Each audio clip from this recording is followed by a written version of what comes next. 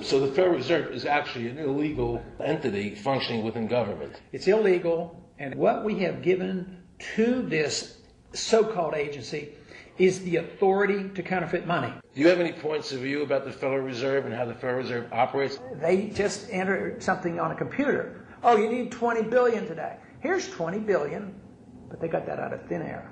It came out of thin air. It goes to the Treasury. The Treasury then pays the bills. So it's no different than monopoly money.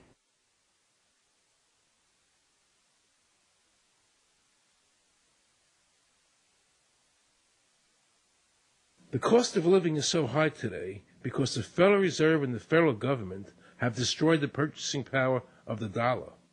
The dollar today is actually worth about 4 cents, despite the fact that the government, the Federal Reserve, and the media keep telling us that they're protecting the value of the dollar. This is a lie. All countries who have ever attempted to create money on thin air, the currency is eventually destroyed. Why did we give a monopoly of creating money out of thin air to a private corporation? The result is exactly the same as if someone were picking your pocket every year, because that's exactly what they're doing. Originally, paper was a receipt which is used as evidence that the money exists. Over the years, of course, the government has disconnected the paper from the actual tangible substance, which is money.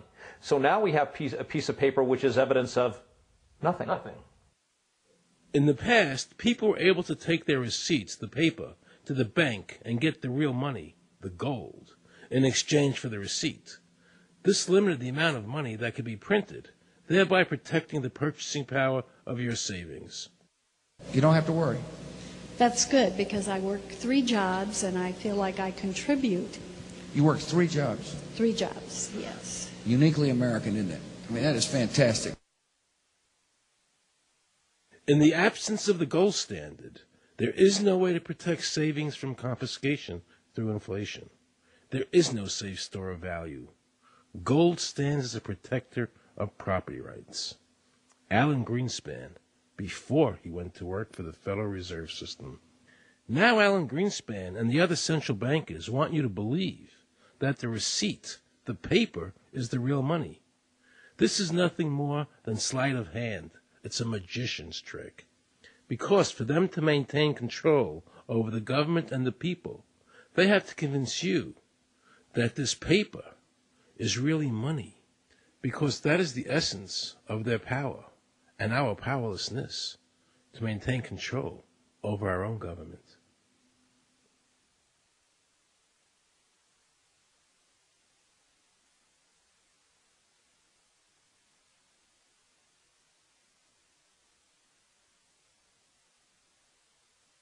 What happened to gold in Fort Knox? Nobody really knows. When I served on the Gold Commission, I asked them to really, do another audit. I remember it was 15-2. They said, we don't need to audit the gold. It's supposed to be the American people's gold, and so we would like an accounting to tell the American people what is there. I've been told that the Federal Reserve has taken control of the gold as collateral for the dollars they print.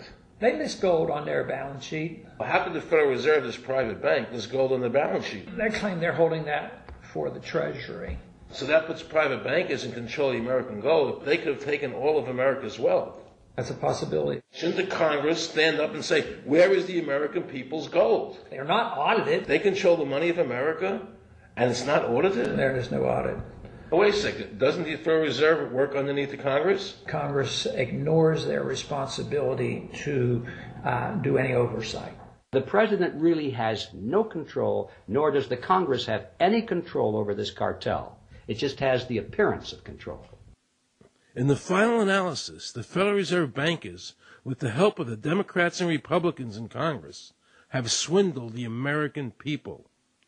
They have taken the true wealth of America, the gold, and given us a piece of paper in return. And again, not a word from the press. These frauds are going to continue until Congress is no longer intimidated by the Federal Reserve bankers, and Congress uses their legal authority to shut down the Federal Reserve System and to stop this loss of our freedoms.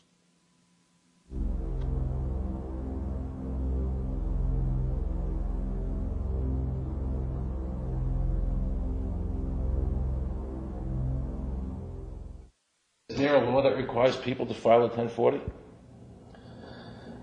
Not explicitly, but it's certainly implied.